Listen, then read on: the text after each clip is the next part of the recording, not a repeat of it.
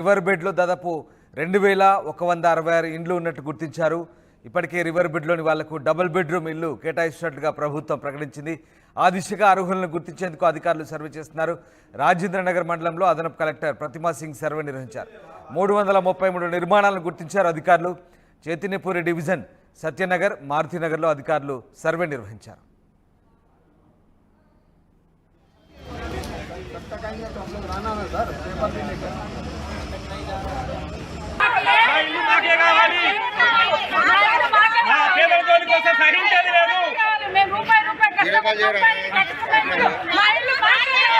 జీవితం దారబోతు చేసిన రక్తమా మా ఇల్లు మాకే కావాలి. మా పేదల జోలి కోసం సహించేది లేదు. మా జీవితం దారబోతు చేసిన నేను వినాయకనగర్ కాలనీ ప్రెసిడెంట్గా గత 15 ఏళ్ల సంది చేస్తున్నాను. మా కాలనీ నేను లేఅవుట్ 1990లో అయ్యింది. నేను ప్లాటు 96లో తీసుకున్నప్పుడు ఎలాంటి మేనేజ్డ్ రిజిస్ట్రేషన్ కానీ ఎలాంటిది లేదు. నాకన్నా ముందు కూడా గతంలో ఒక డాక్టర్గా తీసుకున్నా. అతను చూసి నేను తీసుకున్నాను. క్లియర్ టైటిల్ అని చెప్పేసి నేను ఏమైనా 1950 నుంచి నా దగ్గర ఇవ్వాల రికార్డులు ఉన్నాయి, శాస్త్రాప అని ఎవ్రీథింగ్ ఉన్నాయి. నా పర్మిషన్ జెన్యున్, నా డాక్యుమెంట్ రిజిస్ట్రేషన్ అన్ని ఎవ్రీథింగ్ రికార్డు ఉన్నది. నేనే కాలనీ ప్రెసిడెంట్గా లోకల్ ప్రజాప్రతినిధుల నుంచే ఎన్నో అష్టకష్టాలు పడి నేను రోడ్లు వేయించడం, డ్రైనేజీ, వాటర్ సౌకర్యం అన్నీ నేను కల్పించడానికి ఎన్నో కష్టాలు పడి ఆర్నిసలు ఈ కాలనీ గురించి దీని గురించి నేను శ్రమించినాను. ఇక్కడ ఉన్నాయి అన్ని కూడా రికార్డుతో డొక్కాడలేని కుటుంబాలే ఉన్నాయి. ఎవరు కూడా అఫీషియల్గా కానీ ఏది లేదు. ఎన్నో లోన్లు తీసుకున్నాం, ఎన్నో రకాలుగా ఉన్నాం. మాకు 50 ఏళ్ళు దాటిన వృద్ధులే ఎక్కువ ఉన్నారు ఇక్కడ. ఇలాంటి పరిస్థితుల్లో మీరు ఏదైతే ఉన్నదో మీరు ఉన్నది గవర్నమెంట్ ప్రదంగా ఉంటే గవర్నమెంట్ ల్యాండ్ తీసుకోండి, ఆక్యుపై ల్యాండ్ తీసుకోండి. కానీ పేదల జోలికి వచ్చి మేము మా కష్టాలను పరీక్షిస్తే మాత్రం మేము పెట్రోల్ పోసుకొని ఇక్కడ దహనం అవుతాం. కానీ మేము ఇక్కడికి వెళ్ళి మాత్రం కదిలే ప్రసక్తే లేదు. ఇది మాత్రం మేము దేనికైనా తెగించి ఎక్కడికైనా పోరాడతాం. ఇది మాత్రం చేస్తాము. గూడు పక్షి గూడు ఉంటుంది. మాకు గూడు లేకుండా ఉంటే మాత్రం మేము చాలా అన్యోన్యమై ఈ వయసులో మేము కష్టపడలేము, కట్టుకోలేము. ఏ డబుల్ బెడ్రూమ్ ఇల్లు మాకు అవసరం లేదు. మా కష్టాలు మాకు రాలు. అవి డబుల్ బెడ్రూములు నిజంగా కూడా పేదవాళ్ళకి ఇవ్వండి, కానీ మమ్మల్ని అల్లకి దొరకండి. మమ్మల్ని నమస్కారం సార్. మాట్లాడితే టీవీలోను పేపర్లలోనూ ముఖ్యమంత్రి గారు కూడా ఆక్రమణలు తొలగిస్తాము, అక్రమ కట్టడాలు అనే పదప్రయోగం చేస్తున్నారు. ఎవరు సార్ అక్రమాలు? ఆక్రమణలు అంటే ఏంటి సార్? ఎవరన్నా వచ్చి ఎవరిదన్నా గుంజుకున్నారా? ఎవరిదన్నా గుంజుకుంటే ఎవరో ఒకరు కంప్లైంట్లు చేయాలి కదా. మరి ఎవరిది గుంజుకోలేదే మేము. ఆక్రమణలు, అక్రమ నిర్మాణాలు అంటున్నారు. అక్రమ నిర్మాణాలు అంటే 20 ఏళ్ళ 30 ఏళ్ళగా మీరు ఇచ్చిన పర్మిషన్ల ప్రకారం కట్టుకున్నారా? లేఅవుట్లలో కట్టుకున్నారా? వాళ్ళ స్థల హద్దుల్లో కట్టుకున్నారా? హద్దులు మీరు కట్టారా? హద్దులు దాటి కట్టారా? రోడ్ల మీదకి వచ్చి కట్టారా? ఏమీ కట్టలేదు కదా. మాట్లాడితే అక్రమ కట్టడాలు, ఆక్రమణలు అనే వాళ్ళు అంటారు. ఇప్పుడు మేము ప్రభుత్వ ఉద్యోగులందరూ లంచగుండులు అంటే ఒప్పుకుంటారా సార్? ప్రతి వాళ్ళు ఆక్రమణదారులు అవుతారా? అక్రమ కట్టడాలు అవుతాయా? ప్రతిదీ మీరు ఎట్లా నిర్ధారిస్తారు? ఇక్కడ మూసి 40 అడుగులు 50 అడుగుల కిందకు ఉంది నది, పైకి ఉంది. ఇక్కడ నుంచి ఇంతమంది ఒడ్డున కట్టుకున్నారు. ఇంత ఎత్తు మీద ఉంది, చెడా మీద ఉంది. మనకు మూసి రాదు. మనకేం కాదంటే రేపెప్పుడో మూసి పొంగుతుంది, జనాలకు ఇబ్బంది అవుతుంది అని చెప్పి రేపెప్పుడో మీద వస్తామని చెప్పి ఇవాళ చంపి మా బొందల మీద వాళ్ళు ఇది పట్టుకుందాం అనుకుంటున్నారా? ఇవాళ మమ్మల్ని అందరినీ జరిపించి బ్యూటిఫికేషన్ అని చెప్పి హై రైజ్ బిల్డింగ్లు కడతామంటున్నారు. అదెట్లా నడుస్తుంది సార్? ఇదంతా న్యాయమేనా? ఏ రకంగా మీరు న్యాయం అని చెప్తున్నారు? ఎంతమంది ఉన్నారు? ఎన్ని కాలనీలు ఉన్నాయి? ఎంతమంది పసిపిల్లలు ఉన్నారు? చదువులు సంధ్యలు ఇంత దూరం ఎందుకు వచ్చి ఉంటున్నాను? ఎక్కడెక్కడి నుంచో వచ్చి కొన్ని జీవితకాలాలు దారపోశారు. మా పెద్దవాళ్ళు మొదలు పెడితే దాన్ని నిర్మించుకొని దాన్ని స్ట్రాంగ్ చేసుకోవడానికి ముందు ఏమీ లేకుండా వచ్చి మెల్లమెల్లగా ఒక్కొక్కటి అప్పులు తీర్పుకుంటా ఇన్ని కిస్తీలు కట్టుకుంటా నేషనల్ బ్యాంకుల నుంచి లోన్లు తీసుకొని కట్టుకున్నాం సార్. జీవితకాలం నేషనల్ బ్యాంకుల నుంచి 25 ఏళ్ళు 30 ఏళ్ళు లోన్లు తీర్చేసి అమ్మయ్య నా కొడుకు నేను ఇది ఇస్తాను, నా కూతురికి ఇది ఇస్తాను మనశాంతిగా పడుకునే వయసులో వచ్చి మీరు ఇవన్నీ కాదు అది అంటున్నారు. మేము వాళ్ళతో పాటుగా సౌపత్తిగా పెద్దవాళ్ళకి సహకారంగా ఉండాలనే ఇదిలో మేమందరం కలిసి వాళ్ళకి సహకరించుకుంటూ మేము ఒక్కొక్కటి తీర్చుకుంటూ అప్పులు తీర్చుకుని అమ్మయ్య అనుకునే రోజు వచ్చి ఇన్ని గవర్నమెంట్లు ఏ రోజుల్లో మాకు బలపడటానికి స్థిరపడటానికి సహకరించాయేమో కానీ ఇదొక్కటే ప్రభుత్వం మమ్మల్ని ఆందోళనకు గురి చేస్తూ మానసికమైన బాధలకు గురి చేస్తూ గత 3 నెలలు 4 నెలల నుంచి మేము అందరం ఇదే టెన్షన్లు. హైడ్రా హైడ్రా అంటారు, ఏమంటారు తెలియదు, మూసి అంటారు తెలియదు, ఏమంటున్నారో తెలియదు. నోటీసులు ఇచ్చారా మీకు?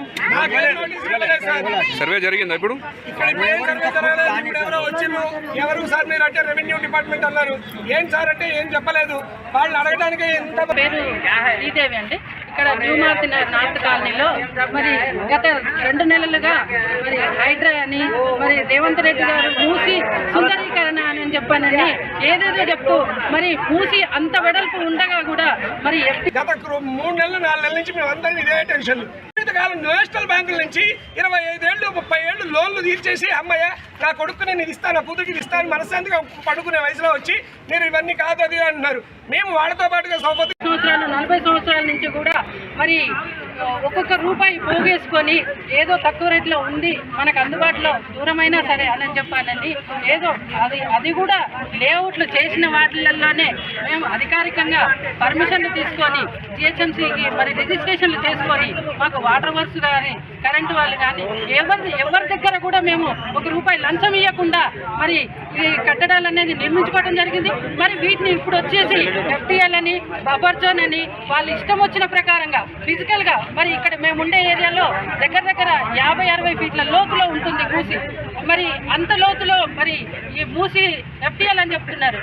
FTL అని అంటే ఫుల్ ట్యాంక్ లెవెల్ అంటే నీరు వచ్చే ప్రదేశాలు. ఎప్పుడైతే వరదలు వస్తాయో ఆ టైంలో వరదలు వచ్చే ప్రదేశాలని FTL అంటారు. మరి ఆ FTL గత 100 సంవత్సరాలు కానీ 200 సంవత్సరాల నుంచి కానీ మా పెద్ద తరతరాలు ఉన్న వాళ్ళు కూడా ఎవ్వరు చూసిన దాఖలాలు లేవు ఇక్కడ. మరి అయినా కూడా FTL అని డ్రోన్ సర్వే అని చెప్పని ఒక దగ్గర 10 మీటర్లు అంటారు, ఒక దగ్గర 20 మీటర్లు అంటారు. వాళ్ళకి అనుకూలమైన చోట ఏది పాము మెలికలు తిప్పినట్టుగా 150 మీటర్లు 50 మీటర్లు 100 మీటర్లు వాళ్ళకి ఏదైతే అనుకూలంగా అనుకూలం ఉన్న వాళ్ళు ఎక్కడైతే ఉంటారో అక్కడ 10 మీటర్లు తీసుకొని మరి ఆ FTL ఏంటో బఫర్ జోన్ ఏంటో మరి నది మధ్యలో ఎక్కడైతే ఖాళీ ప్రదేశాలు ఉంటాయో అక్కడ నీళ్లు పారుతాయి. అదంతా మూసి అయిపోతుందా? ఎప్పుడు నవాబుల కాలం ఎప్పుడు మరి నవాబుల కాలం ఎప్పుడు మరి ఆ కాలంలో తీసుకున్నది మరి ఇన్ని సంవత్సరాల నుంచి పర్మిషన్లు ఎందుకు ఇచ్చిండ్రు, రిజిస్ట్రేషన్లు ఎందుకు చేసిండ్రు? మరి సరే అవన్నీ తప్పు, రిజిస్ట్రేషన్ కూడా తప్పు అని అంటే మరి జిహెచ్ఎంసీ వాళ్ళు ట్యాక్స్లు ఎందుకు కట్టించుకుంటున్నారు మా దగ్గర? మరి ఈ రోజు వచ్చి మీరందరూ కూడా రోడ్లు ఎందుకు వేస్తున్నారు? కరెంట్లు, పోల్లు, వాటర్ కనెక్షన్లు, మరి అసోసియేషన్లకి ఎలక్షన్లకి కూడా మరి ఈ కార్పొరేటర్లు వస్తారు. ఎలక్షన్లు వచ్చినప్పుడు కార్పొరేటర్లు వస్తారు, ఎమ్మెల్యేలు వస్తారు, ఎంపీలు వస్తారు. మీకు ఎటువంటి ఏమీ లేదు అని అంటారు. ఏమీ లేదు అన్నప్పుడు సర్వేలు ఎందుకు జరుగుతున్నాయి? సర్వేకి వచ్చిన వాళ్ళని మేము అడిగితే మాకు ఎక్కడి వరకు అయితే FTL బఫర్ జోన్ అయితే చెప్పిండ్రో అక్కడి వరకే మేము సర్వే చేసుకుంటున్నామా అని చెప్పన్నారు. అటువంటి సర్వే చేసుకుంటున్నప్పుడు మరి మా నెంబర్ రాసుకున్నప్పుడు దాంట్లో ఉన్నట్టా లేనట్టా? వీళ్ళు లేదు అంటారు, వాళ్ళు ఉంది అని అంటారు.